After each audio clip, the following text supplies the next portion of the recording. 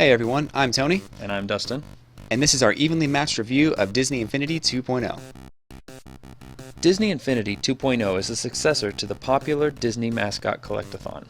The game follows the toy aspect of Skylanders, but with familiar Disney, and now Marvel, characters and storylines. While it shares the toy collecting theme with Skylanders, Disney Infinity separates itself by offering the player new storylines and worlds by purchasing these new toys and accessories. The visuals in Disney Infinity are very well done. All the characters are rendered in a stylized way, reminiscent of a modern 3D cartoon show. Animation of these characters is vivid and high quality, just like you'd expect out of a Disney franchise, making the game feel very polished and professional. The environments take on a slightly more realistic look, but still maintain the same level of style, blending in nicely with the characters and objects in the world. The buildings had a destruction aspect as well. Sliding down the wall of a skyscraper or shooting it would tear away bricks, glass, and other debris, even allowing you to see inside. We were rather impressed with the level of detail in the buildings and would like to see more games utilize a destruction feature like this. Possibly a negative aspect of this feature, however, is that the walls of buildings would sometimes flash or the textures would flicker for a brief moment. Objects in the distance would also pop in when you got closer to them. It was a minor effect, but noticeable if you looked for it. Sound effects in Disney Infinity were very tight. Iron Man's plasma blast and Thor's hammer sounded spot on as they collided with the enemies. Even the thundering sound of the Hulk punching the ice giants is present. Your favorite Marvel and Disney characters sound exactly as they should, even as they speak their lines. They may not have the exact voice actors all the time, but the replacements are so close you probably won't even notice after a minute or two. The music seemed fitting but generic, lacking in classic Disney songs we've heard over the years. What's worse is the music seemed to fade away as we played through the game. Nothing really stood out as memorable. During boss fights or battles, the music did become a little more stressful and frantic, but that was the only time it became anything other than unremarkable background tunes. Gameplay in Disney Infinity 2.0 is slightly hit and miss. While enemies can usually be easily defeated and moving your character of choice around the environment is easy enough, everything else can be a little confusing at first.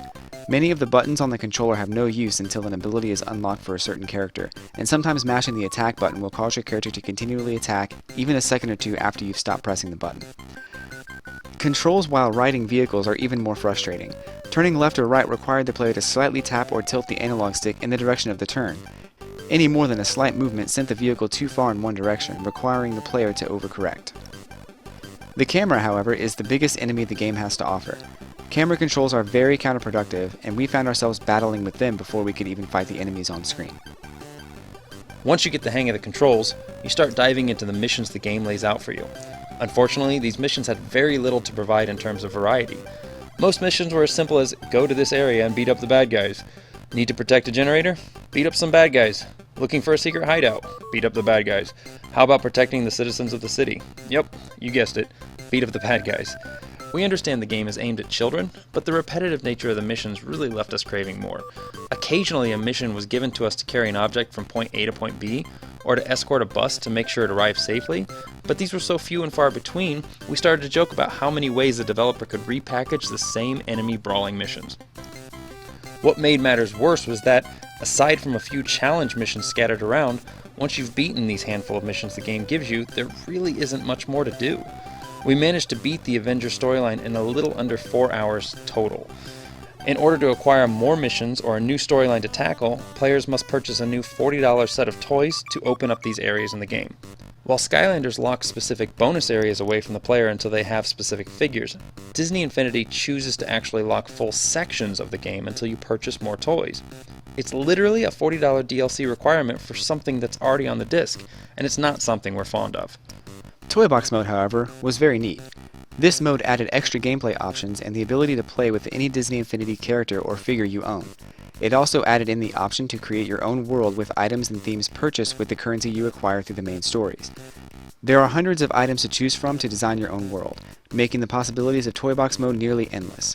You can even design your own minigames here, or download them from others online.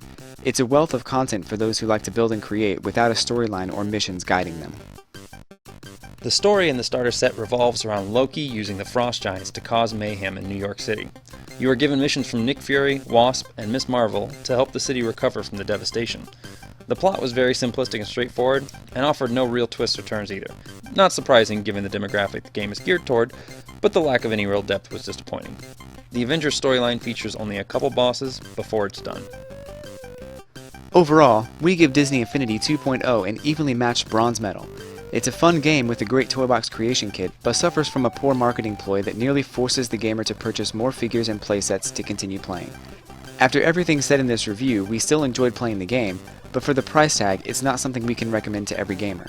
While it may be great for kids, Marvel fans, or even Disney fans, the ability to explore every aspect of Disney Infinity ultimately resides in how much money you're willing to spend on it.